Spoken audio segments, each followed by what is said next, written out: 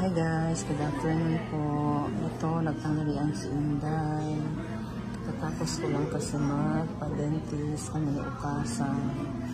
At sinamahan ko siya. Mamalengke, ayun, hinatid ko muna. Pagkatapos, ito, kain na ako kasi nagutom na ako. Wala pa akong, umagahan. Breakfast, wala pa. Kaya, diretso na ito breakfast at saka tanghalian guys. Ayun tayo guys. Tapos ang laki pa ng kanin ko. Nagkamali yung babae. Pero kalahati lang kakainin ko kasi marami. Bingi yung babae.